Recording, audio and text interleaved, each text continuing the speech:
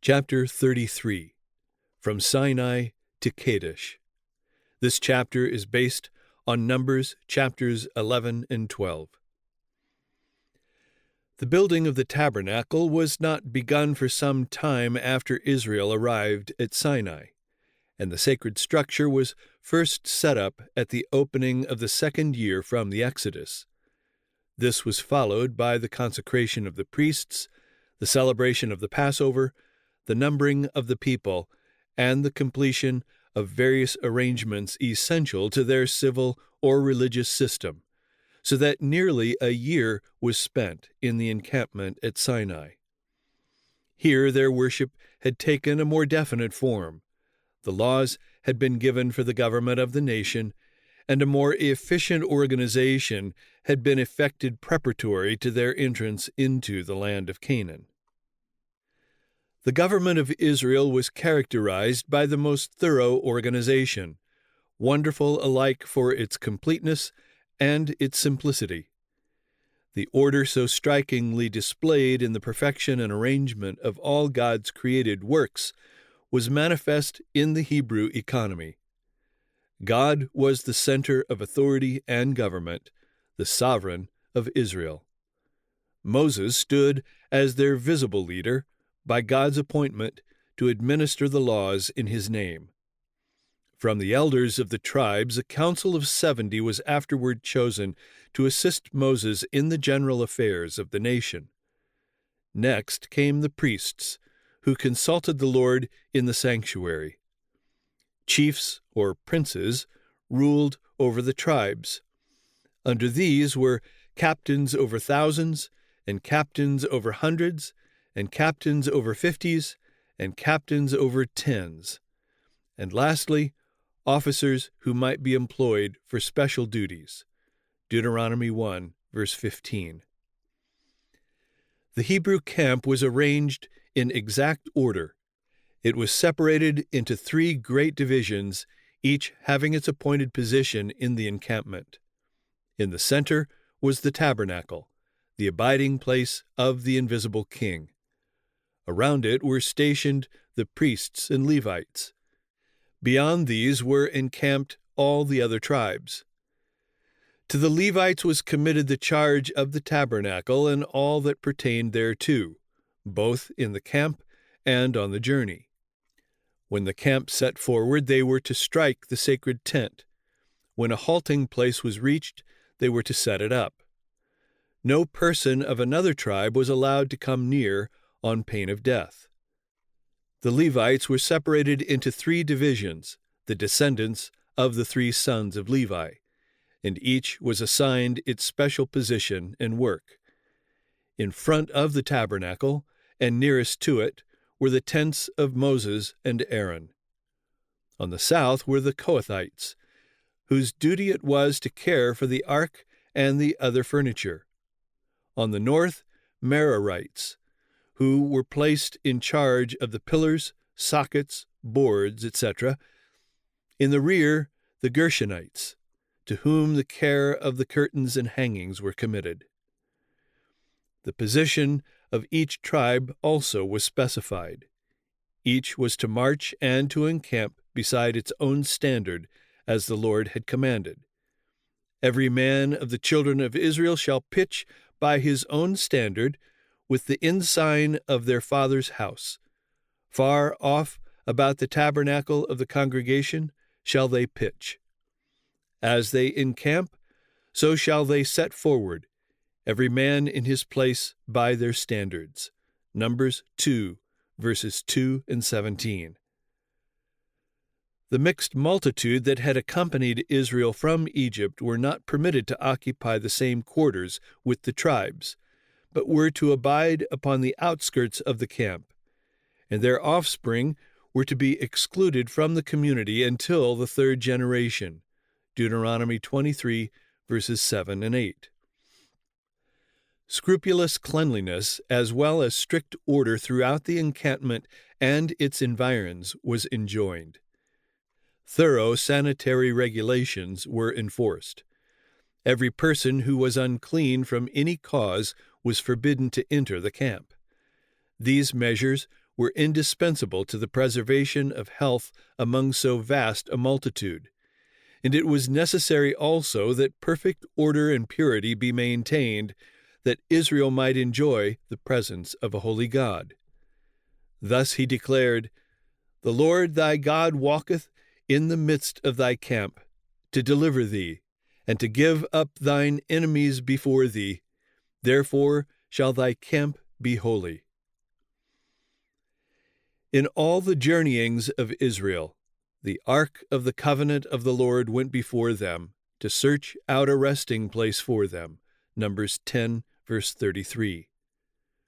Borne by the sons of Kohath, the sacred chest containing God's holy law was to lead the van. Before it went Moses and Aaron, and the priests bearing silver trumpets were stationed near. These priests received directions from Moses, which they communicated to the people by the trumpets.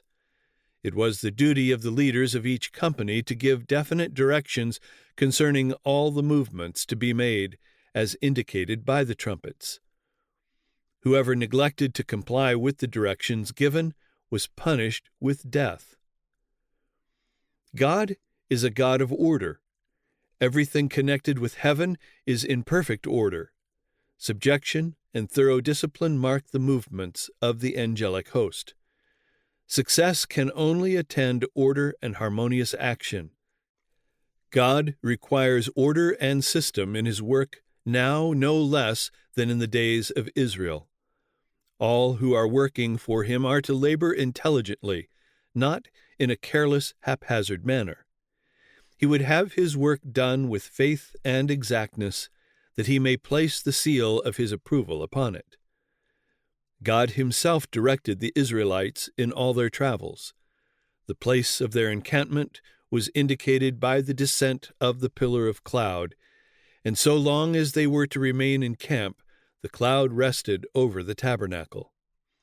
When they were to continue their journey, it was lifted high above the sacred tent. A solemn invocation marked both the halt and the departure. It came to pass, when the ark set forward, that Moses said, "Rise up, Lord, and let thine enemies be scattered, and let them that hate thee flee before thee." And when it rested, he said, "Return, O Lord, unto the many thousands of Israel."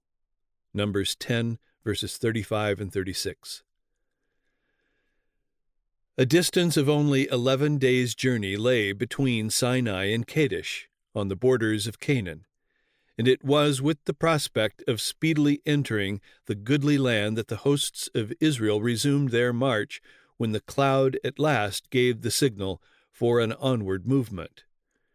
Jehovah had wrought wonders in bringing them from Egypt, and what blessings might they not expect now that they had formerly covenanted to accept him as their sovereign, and had been acknowledged as the chosen people of the Most High. Yet it was almost with reluctance that many left the place where they had so long encamped. They had come almost to regard it as their home. Within the shelter of those granite walls, God had gathered his people, apart from all other nations, to repeat to them his holy law. They loved to look upon the sacred mount, on whose hoary peaks and barren ridges the divine glory had so often been displayed. The scene was so closely associated with the presence of God and holy angels that it seemed too sacred to be left thoughtlessly or even gladly. At the signal from the trumpeters, however, the entire camp set forward, the tabernacle borne in the midst, and each tribe in its appointed position under its own standard. All eyes were turned anxiously to see in what direction the cloud would lead. As it moved toward the east, where were only mountain masses huddled together, black and desolate, a feeling of sadness and doubt arose in many hearts. As they advanced, the way became more difficult. Their route lay through stony ravine and barren waste. All around them was the great wilderness, a land of deserts and of pits, a land of drought and of the shadow of death, a land that no man passed through and where no man dwelt. Jeremiah 2, verse 6. The rocky gorges, far and near, were thronged with men, women, and children, with beasts and wagons, and long lines of flocks and herds.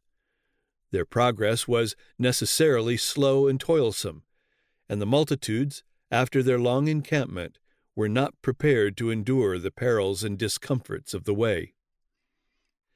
After 3 days' journey, open complaints were heard.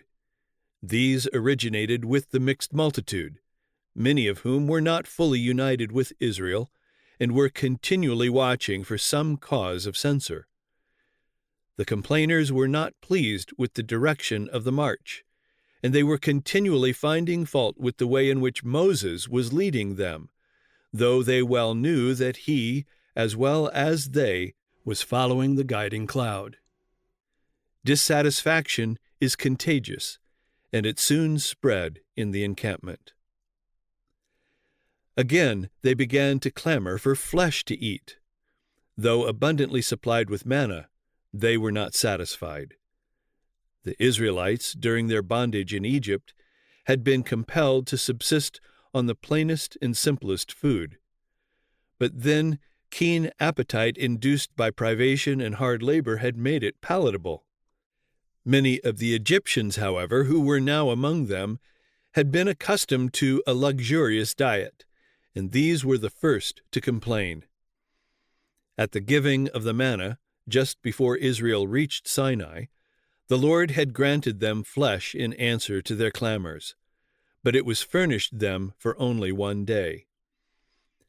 God might as easily have provided them with flesh as with manna, but a restriction was placed upon them for their good.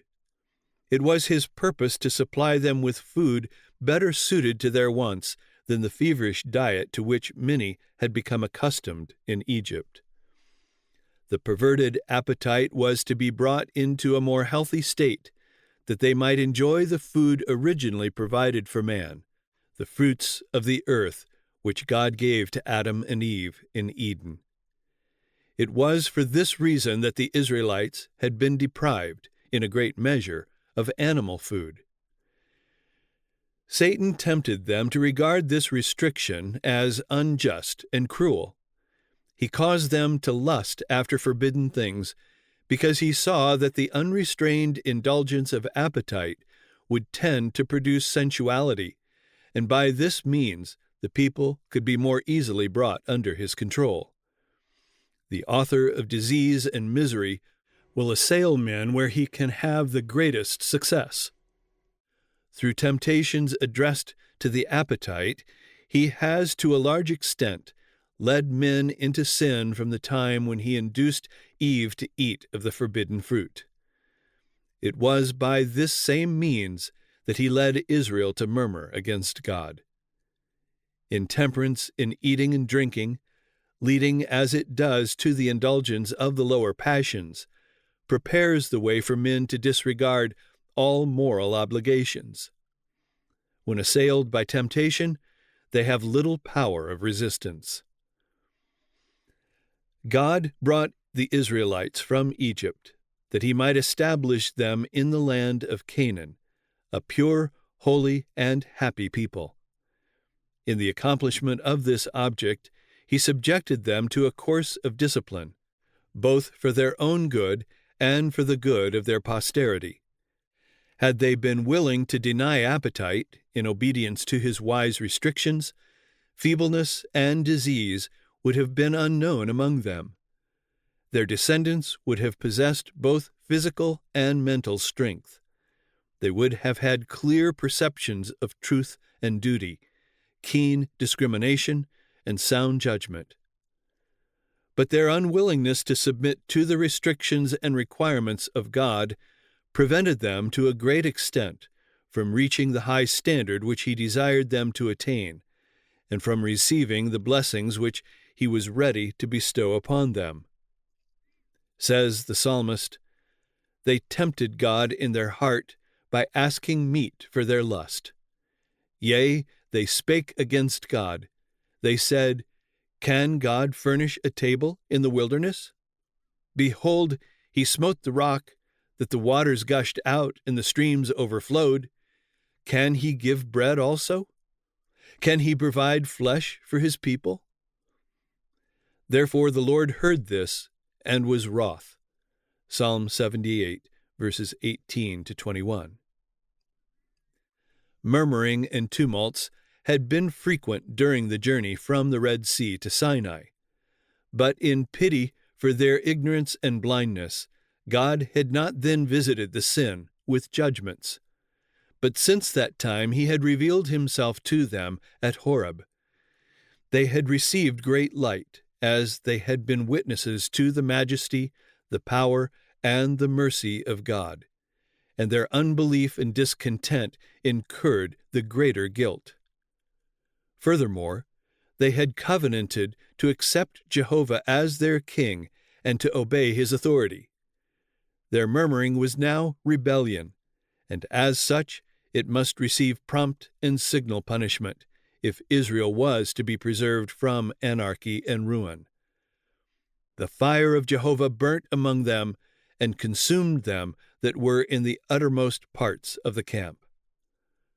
The most guilty of the complainers were slain by lightning from the cloud.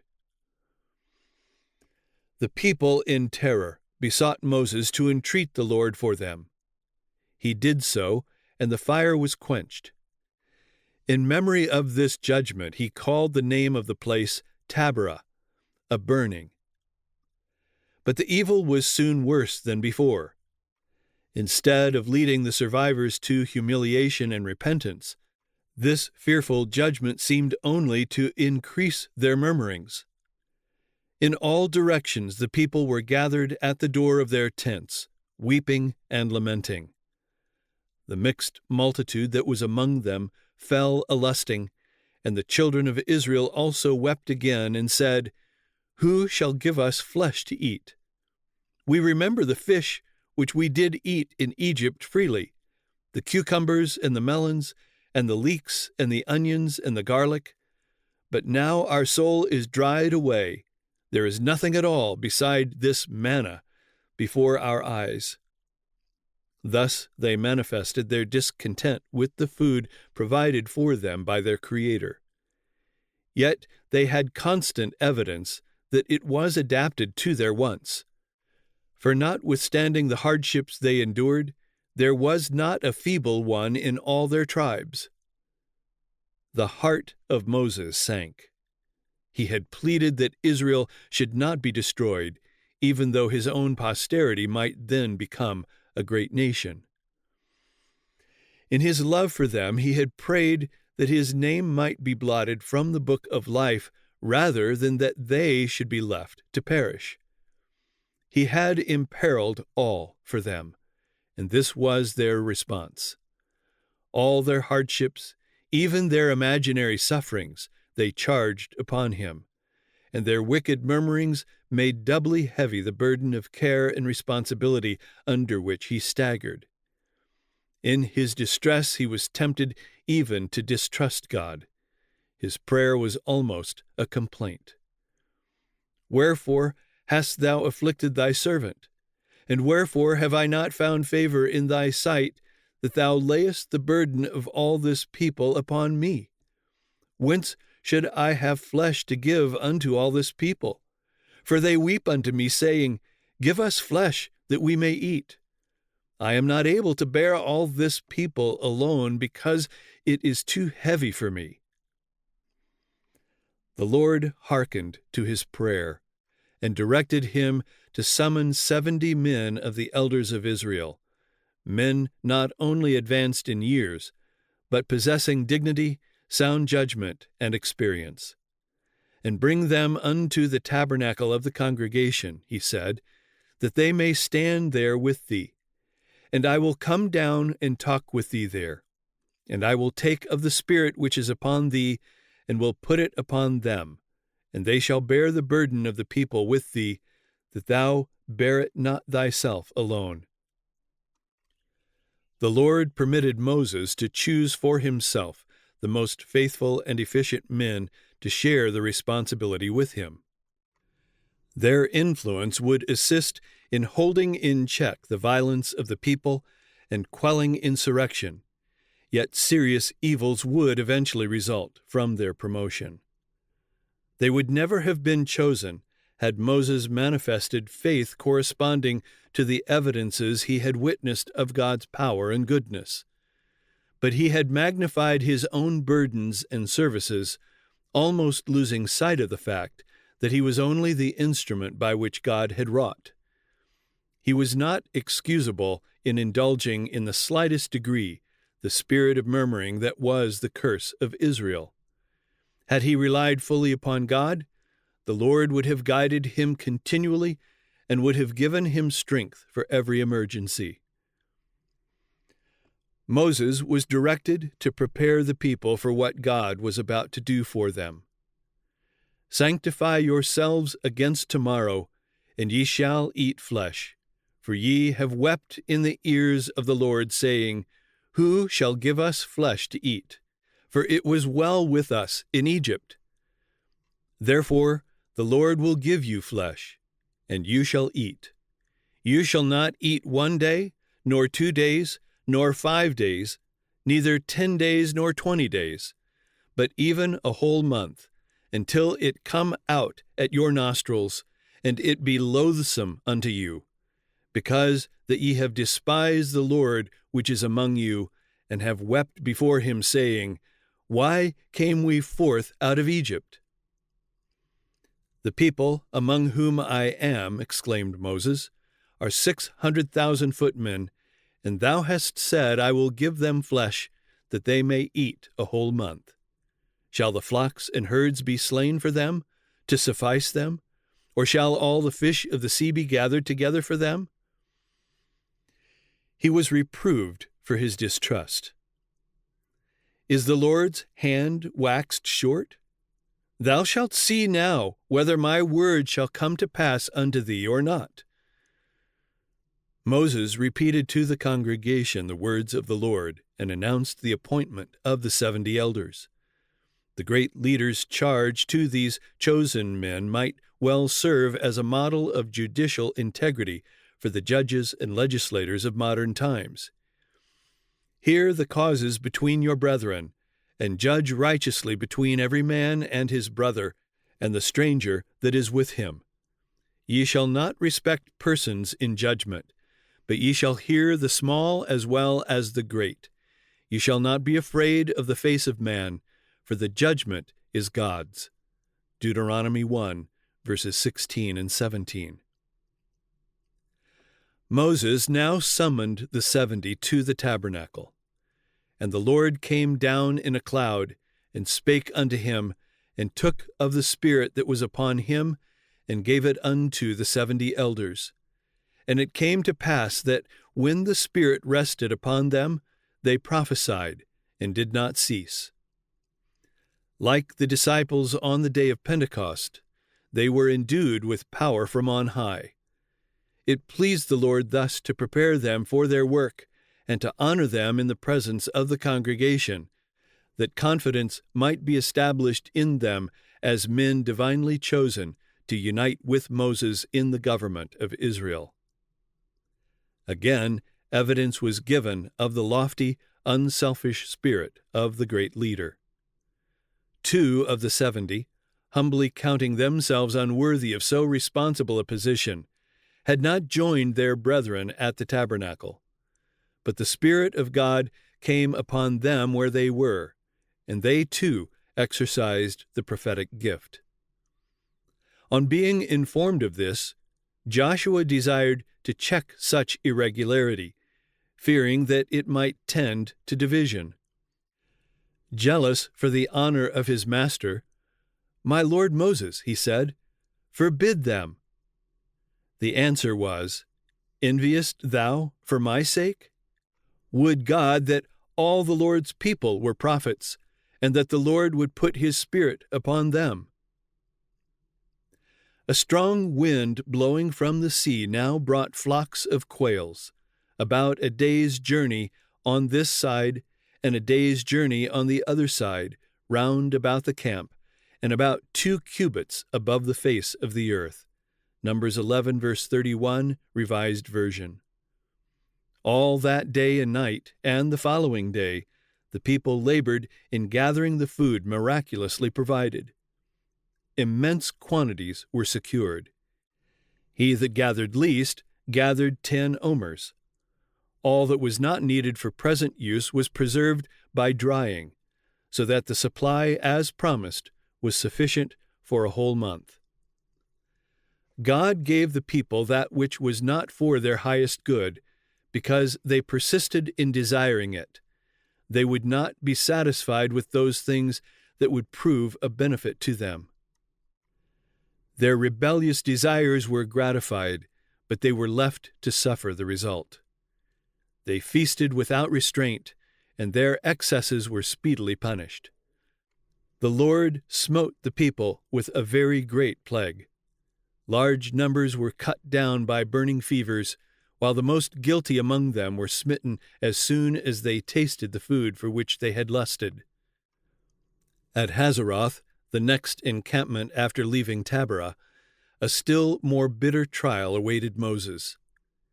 Aaron and Miriam had occupied a position of high honor and leadership in Israel. Both were endowed with the prophetic gift, and both had been divinely associated with Moses in the deliverance of the Hebrews. "I sent before thee Moses, Aaron, and Miriam," are the words of the Lord by the prophet Micah. Miriam's force of character had been early displayed when, as a child, she watched beside the Nile the little basket in which was hidden the infant Moses. Her self-control and tact God had made instrumental in preserving the deliverer of his people. Richly endowed with the gifts of poetry and music, Miriam had led the women of Israel in song and dance on the shore of the Red Sea. In the affections of the people and the honor of heaven, she stood second only to Moses and Aaron. But the same evil that first brought discord in heaven sprang up in the heart of this woman of Israel, and she did not fail to find a sympathizer in her dissatisfaction. In the appointment of the 70 elders, Miriam and Aaron had not been consulted, and their jealousy was excited against Moses. At the time of Jethro's visit, while the Israelites were on the way to Sinai, the ready acceptance by Moses of the counsel of his father-in-law had aroused in Aaron and Miriam a fear that his influence with the great leader exceeded theirs. In the organization of the council of elders, they felt that their position and authority had been ignored. Miriam and Aaron had never known the weight of care and responsibility which had rested upon Moses, yet, because they had been chosen to aid him, they regarded themselves as sharing equally with him the burden of leadership, and they regarded the appointment of further assistants as uncalled for. Moses felt the importance of the great work committed to him as no other man had ever felt it. He realized his own weakness, and he made God his counselor. Aaron esteemed himself more highly and trusted less in God. He had failed when entrusted with responsibility, giving evidence of the weakness of his character by his base compliance in the matter of the idolatrous worship at Sinai. But Miriam and Aaron, blinded by jealousy and ambition, lost sight of this. Aaron had been highly honored by God in the appointment of his family to the sacred office of the priesthood, yet even this now added to the desire for self-exaltation. And they said, "Hath the Lord indeed spoken only by Moses? Hath he not spoken also by us?" Regarding themselves as equally favored by God, they felt that they were entitled to the same position and authority. Yielding to the spirit of dissatisfaction, Miriam found cause of complaint in events that God had especially overruled. The marriage of Moses had been displeasing to her. That he should choose a woman of another nation, instead of taking a wife from among the Hebrews, was an offense to her family and national pride. Zipporah was treated with ill-disguised contempt. Though called a Cushite woman, the wife of Moses was a Midianite, and thus a descendant of Abraham. In personal appearance, she differed from the Hebrews in being of a somewhat darker complexion. Though not an Israelite, Zipporah was a worshipper of the true God. She was of a timid, retiring disposition, gentle and affectionate, and greatly distressed at the sight of suffering. And it was for this reason that Moses, when on the way to Egypt, had consented to her return to Midian. He desired to spare her the pain of witnessing the judgments that were to fall on the Egyptians. When Zipporah rejoined her husband in the wilderness, she saw that his burdens were wearing away his strength, and she made known her fears to Jethro, who suggested measures for his relief. Here was the chief reason for Miriam's antipathy to Zipporah. Smarting under the supposed neglect shown to herself and Aaron, she regarded the wife of Moses as the cause, concluding that her influence had prevented him from taking them into his counsels as formerly. Had Aaron stood up firmly for the right, he might have checked the evil, but instead of showing Miriam the sinfulness of her conduct, he sympathized with her, listened to her words of complaint, and thus came to share her jealousy. Their accusations were borne by Moses in uncomplaining silence.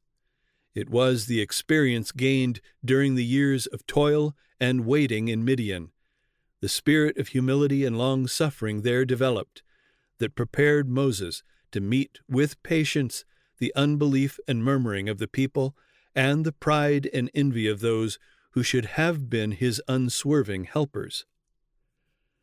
Moses was very meek, above all the men which were upon the face of the earth, and this is why he was granted divine wisdom and guidance above all others. Says the Scripture, "The meek will he guide in judgment, and the meek will he teach his way." Psalm 25, verse 9. The meek are guided by the Lord because they are teachable, willing to be instructed. They have a sincere desire to know and to do the will of God. The Savior's promise is, "If any man will do his will, he shall know of the doctrine." John 7, verse 17.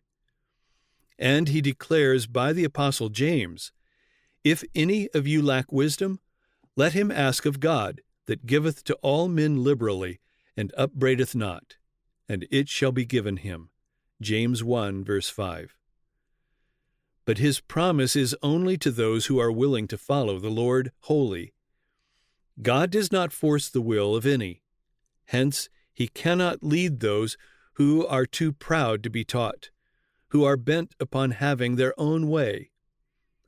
Of the double-minded man, he who seeks to follow his own will while professing to do the will of God, it is written, "Let not that man think that he shall receive anything of the Lord." James 1, verse 7. God had chosen Moses and had put his Spirit upon him, and Miriam and Aaron, by their murmurings, were guilty of disloyalty, not only to their appointed leader, but to God himself.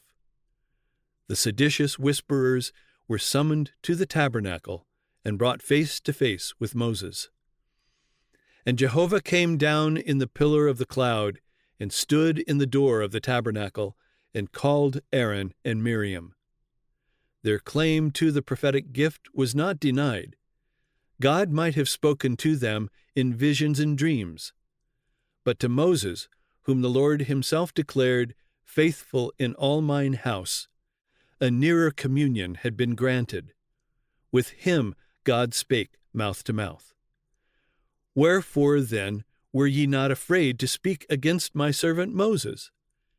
And the anger of the Lord was kindled against them, and he departed. The cloud disappeared from the tabernacle in token of God's displeasure, and Miriam was smitten. She became leprous, white as snow. Aaron was spared, but he was severely rebuked in Miriam's punishment. Now, their pride humbled in the dust, Aaron confessed their sin and entreated that his sister might not be left to perish by that loathsome and deadly scourge. In answer to the prayers of Moses, the leprosy was cleansed. Miriam was, however, shut out of the camp for 7 days. Not until she was banished from the encampment did the symbol of God's favor again rest upon the tabernacle. In respect for her high position, and in grief at the blow that had fallen upon her, the whole company abode in Hazeroth, awaiting her return. This manifestation of the Lord's displeasure was designed to be a warning to all Israel, to check the growing spirit of discontent and insubordination. If Miriam's envy and dissatisfaction had not been signally rebuked, it would have resulted in great evil.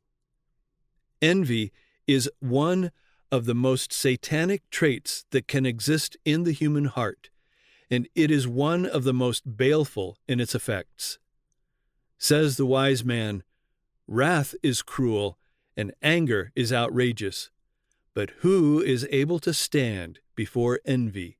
Proverbs 27, verse 4. It was envy that first caused discord in heaven, and its indulgence has wrought untold evil among men. Where envying and strife is, there is confusion and every evil work. James 3, verse 16.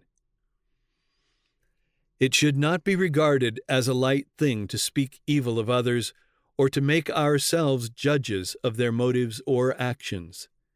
He that speaketh evil of his brother and judgeth his brother speaketh evil of the law and judgeth the law. But if thou judge the law, thou art not a doer of the law, but a judge. James 4, verse 11. There is but one judge, he who both will bring to light the hidden things of darkness and will make manifest the counsels of the hearts. 1 Corinthians 4, verse 5. And whoever takes it upon himself to judge and condemn his fellow men is usurping the prerogative of the Creator. The Bible specially teaches us to beware of lightly bringing accusation against those whom God has called to act as his ambassadors. The Apostle Peter, describing a class who are abandoned sinners, says, "Presumptuous are they, self-willed, they are not afraid to speak evil of dignities.